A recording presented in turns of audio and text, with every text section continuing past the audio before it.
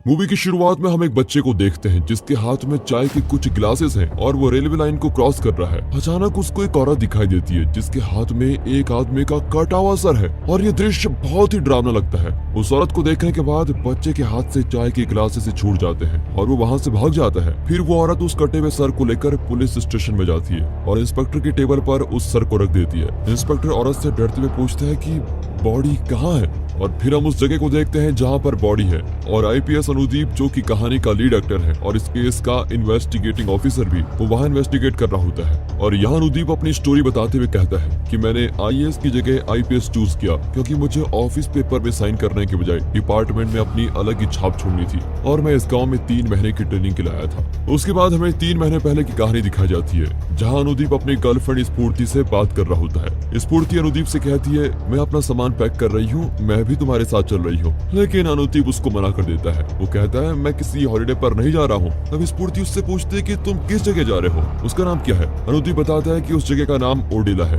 Scene यहीं से cut होता है और हम ओडिला गाँव में एक नवविवाहित कपल को देखते हैं जिसकी एक रात पहले ही शादी हुई है और उस कपल में आदमी का नाम वेंकटेश है और दूसरी तरफ लड़की का नाम है मधु। इस गाँव में एक और जोड़े को दिखाते हैं जिसमें पति का नाम है तिरुपति और पत्नी का नाम है राधा। राधा तिरुपति को पीट रही होती है क्योंकि तिरुपति राधा से झूठ बोलता है और शराब बहुत ज्यादा ही पीता है। फिर उस गांव के सरपंच अपने कपड़े इस्त्री करवाने के लिए राधा के घर पर आते हैं और यहाँ में समझ आता है कि राधा और तिरुपति दूसरों के गंदे कपड़े साफ करते हैं और फिर उनको इस्त्री भी करते हैं। सरपंच राधा से पूछते हैं कि तुम इसे क्यों मार रही हो। राधा कहती है कि ये डेली शराब पीकर आता है और मुझसे झूठ बोलता है। अब सरपंच तिरुपति को समझाते हैं कि इतनी शराब मत पिया करो और ये कहकर वहाँ से चले जाते हैं। अगले सीन में हम विवेक को देखते हैं जो मधु का लवर है। वो अपने दोस्तों के साथ बैठकर शराब पी रहा होता है। उसके दोस्त उसे कहते हैं कि अगर तुमने हमारी बात मानी होती तो आज मधु तुम्हारी होती, ना कि उस वेंकटेश की। विवेक अपने दोस्तों की बात सुनकर बहुत गुस्सा हो जाता है और अपने मन में एक खतरनाक प्लान बनाता है। अगले दिन कोई मधु का रेप करके उसको मार डालता है।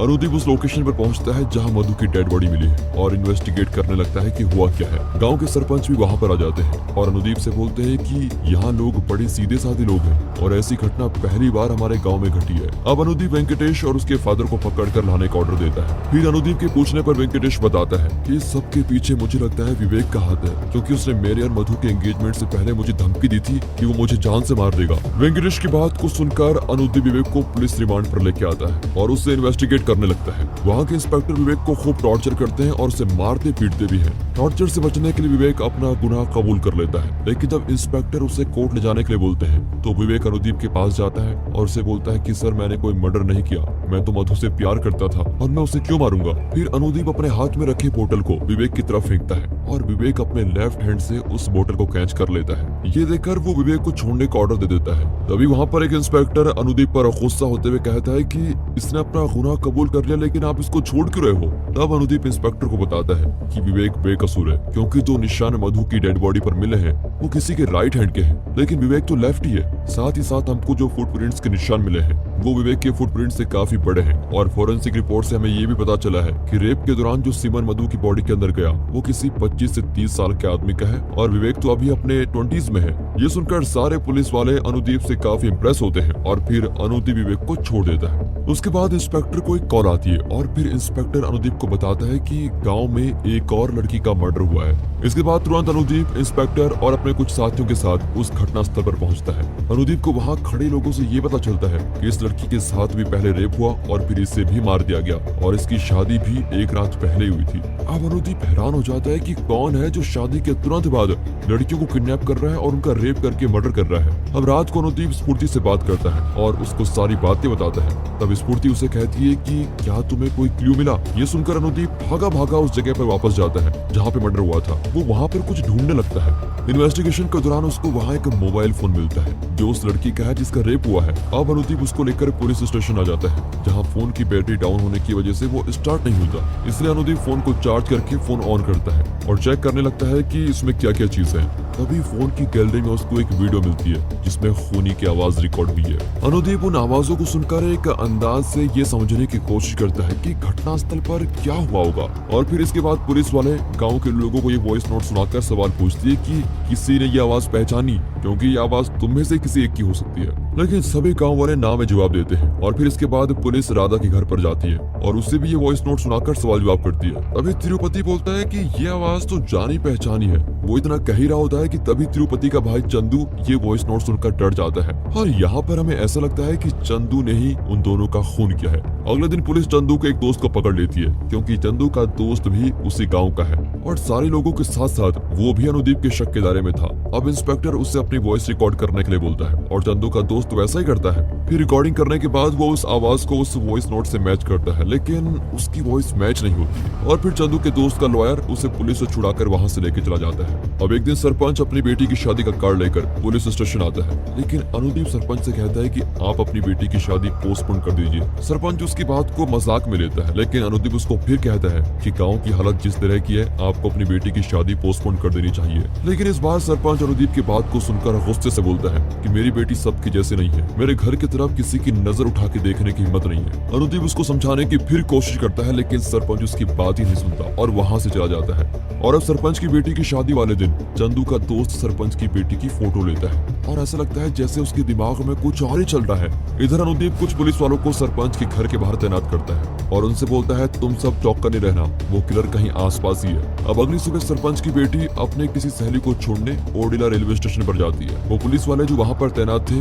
वो भी उसके पीछे पीछे जाते हैं। सरपंच की बेटी और उसकी सहेली रेलवे स्टेशन के एक बेंच पर बैठे हुए हैं और सामने पुलिस वाले एक चाय की दुकान से उनको ट्रेस कर रहे हैं। तभी एक ट्रेन आती है और ट्रेन के जाने के बाद पुलिस वाले देखते हैं कि सरपंच की बेटी गायब है और उसकी सहेली जमीन पर पड़ी हुई है। वो पुलिस वाले तुरंत अनुदीप को कॉल करके बताते हैं। अब अनुदीप ये बात सुनकर वहाँ भागा भागा आता है और किलर को खोजने लगता है। तभी उसकी नजर उन झाड़ियों में पड़ती है जहाँ सरपंच की बेटी की डेड बॉडी पड़ी होती है और वो किलर भी वहीं कहीं छुपा होता है। तभी वो किलर उन पुलिस वालों को घायल करके वहाँ से भागने की कोशिश करता है, लेकिन पीछे से अनुदीप उस किलर पे एक पत्थर चला देता है, जिसके बाद वो किलर जख्मी होता है और फिर सब उसको पकड़कर पुलिस स्टेशन लेके आते हैं। ये किलर कोई और नहीं बल्कि चंदू है। अब पुलिस स्टेशन में चंदू को खूब टॉर्चर किया जाता है। चंदू के पकड़े जाने की खबर सुनकर राधा और त्रिपति को शौक लगता है। अब सरपंच चंदू को ले जाने के लिए पुलिस स्टेशन आता है। उस समय अनुदीप वहाँ पर नहीं होता और सरपंच इंस्पेक्टर से कहता है कि इस चंदू को तुम मेरे हवाले कर दो, इसको मैं देख लूंगा और इसके बदले में मैं तुमको 10 लाख रुपए दे रहा हूँ। ये सुनते इंस्पेक्टर मान जाता है और सरपंच चंदू को लेकर वहाँ से निकलता है। अनुदीप जैसे ही पुलिस स्टेशन पहुँचता है तो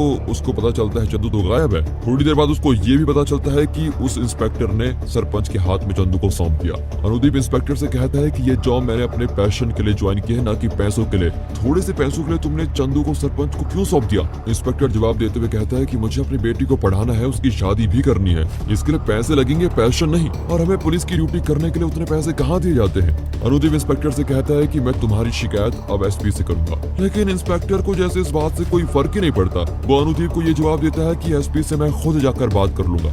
अब दिखाते हैं तिरुपति और राधा को जो पुलिस स्टेशन आते हैं और अनुदीप से रिक्वेस्ट करते हैं कि तुम चंदू को छोड़ दो क्योंकि चंदू ने कोई क्राइम नहीं किया है। लेकिन अनुदीप उनसे कहता है कि चंदू को अब कोई नहीं बचा सकता क्योंकि इंस्पेक्टर ने उसे सरपंच को सौंप दिया है। इसके बाद तिरुपति और राधा सरपंच के पास जाते हैं जहाँ वो उनसे चंदू की जान की भीख मांगते हैं, लेकिन सरपंच राधा को पूरी नियत से हाथ लगाता है। ये देखकर तिरुपति को बहुत गुस्सा आता है और सरपंच को धमकाने लगता है कि ऐसा मत करो। तभी सरपंच तिरुपति से कहता है कि तुम्हारी बीवी के साथ तो कुछ भी नहीं हुआ, तुम तो इतना गुस्सा हो गए, लेकिन इस चंदू ने, इसने तो मेरी फूल जैसी बेटी के साथ रेप किया और फिर उसे बेरे में से मार डाला। तो अब तुम लोग ही बोलो मैं क्या करूं? फिर सरपंच तिरुपति और राधा से कहते हैं कि इस चंदू को बचाना तो नामुमकिन है, अच्छा होगा कि तुम लोग यहाँ से चले जाओ। और इसके बाद तिरुपति और राधा बहुत से सरकारी दफ्तर के चक्कर लगाते हैं, लेकिन उन्हें कहीं मदद नहीं मिलती।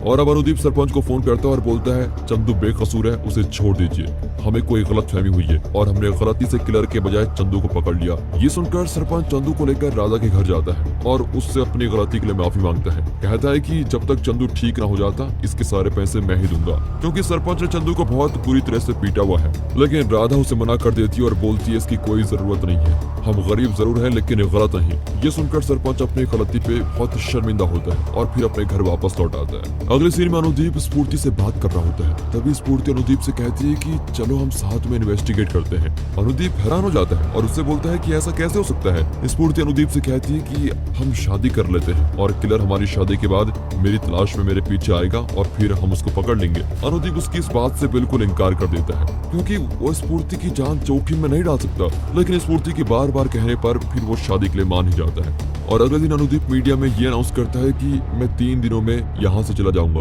लेकिन उससे पहले मैं यहाँ शादी करूंगा। और फिर वो किलर को चैलेंज करता है कि अगर तुम में हिम्मत है तो तुम स्फूर्ति जो मेरी होने वाली वाइफ है उसको कुछ करके बताओ। अगले दिन अनुदीप और स्फूर्ति मंदिर में शादी कर लेते हैं और जब अनुदीप और स्फूर्ति अनुदीप के घर पर आते हैं वो देखते हैं कि उनके गेट पे एक लेटर रखा हुआ है। अनुदीप जब उस लेटर को देखता है तब उसको पता चलता है कि किलर ने उसका चैलेंज एक्सेप्ट कर लिया है। इसके बाद रात में हम तिरुपति, चंदू और उसके दोस्त को साथ में शराब पीते हुए देखते हैं, जहाँ चंदू का दोस्त स्फूर्ति की खूबसूरती की तारीफ करता है। और यहाँ में ऐसा लगता है कि जैसे कि इन सब के दिमाग में कुछ शैतानी चल रही है। अब इधर जब राधा अपने घर पे सो रही होती है तभी ऊपर के रैक में रखी हुई एक पेटी उसके सामने जमीन पे गिरती है और राधा जब उस पेटी को खोलती है तो उसमें लड़कियों के अंडरगारमेंट्स और गहने मिलते हैं। उन गहनों में सरपंच की बेटी की एक रिंग भी होती है जिसे राधा पहचान लेती है और वो सभी गहने लेकर फिर सरपंच के पास जाती है। सरपंच भी उस रिंग को देखकर कहता है कि हाँ, ये मेरी बेटी की रिंग है। ये सुनने के बाद तो मानो जैसे राधा को झटका लगता है और वो सरपंच से बिना कुछ कहे वहाँ से चली आती है। ऐसे ही धीरे धीरे जितने भी मर्डर हुए हैं उन सभी के घर वालों के पास राधा जाकर उन गहनों को दिखाती है और फिर वो सभी कहते हैं कि हाँ, ये गहने हमारी बेटी के ही हैं। अब राधा को सब कुछ समझ में आ गया कि हुआ क्या है। इधर अनुदीप के गंदे कपड़ों को ले जाने के लिए तिरुपति उसके घर पर आता है और अनुदीप उसको अपने घर में आने की परमिशन दे देता है। फिर तिरुपति सारे कपड़े लेकर चला भी जाता है, लेकिन तभी राधा अनुदीप को कॉल करके सारी बात बता देती है और कहती है कि इन लड़कियों का खूनी और कोई नहीं, मेरा पति तिरुपति है। ये सुनने के बाद अनुदीप स्फूर्ति को देखने के लिए उसके कमरे में जाता है, लेकिन स्फूर्ति वहाँ पर नहीं होती और अब अनुदीप को सारी बातें समझ आ जाती है कि तिरुपति किलर है, उसने ही स्फूर्ति को किडनैप किया है। राधा तिरुपति को खोजने अपने घर वापस आती है, लेकिन तिरुपति वहाँ भी नहीं होता। तो राधा उसके कपड़ों को अपने कुत्ते को सुंघाती है और फिर उसके कुत्ते की मदद से तिरुपति तक पहुंच जाती है। वो कुत्ता राधा को एक कुएं के पास लेके जाता है, जहाँ राधा देखती है कि तिरुपति स्फूर्ति के साथ जबरदस्ती करने की कोशिश कर रहा है। वो तिरुपति से जाकर पूछती है कि मैंने ऐसी कौन सी कमी कर दी थी जो तुम इस हद तक गिर गए हो। तिरुपति उससे कहता है कि इस सब की गुनाहों की वजह तुम हो और फिर वो उसे अपने और राधा के रिलेशन के बारे में बताता है, जो कि एक नॉर्मल पति पत्नी जैसा होता ही नहीं। दरअसल वो दोनों एक दूसरे से बहुत अलग सोते थे और उनके बीच कभी भी पति पत्नी जैसा रिश्ता बना ही नहीं और इसलिए तिरुपति ने ऐसा काम किया। इसके बाद राधा तिरुपति को रोकने की बहुत कोशिश करती है, लेकिन तिरुपति राधा के सामने पड़ी एक लकड़ी से वार कर देता है और राधा वहीं जमीन पर गिर जाती है। इसके बाद तिरुपति स्फूर्ति के साथ फिर जबरदस्ती करने लगता है, लेकिन राधा सामने पड़ी एक हथियार उठाकर तिरुपति का गला ही काट देती है। और इसके बाद हमें मूवी का वही शुरुआत वाला सीन दिखाया जाता है, जहां राधा तिरुपति का सर लेकर पुलिस स्टेशन आती है और यहीं पर दोस्तों ये कहानी खत्म। बाकी दोस्तों स्टोरी अच्छी लगी हो, मूवी अच्छी लगी हो, एक्सप्लेनेशन अच्छा लगा हो, वीडियो को लाइक कीजिए और चैनल को सब्सक्राइब। मिलते हैं अगली वीडियो में, तब तक के लिए गुड बाय।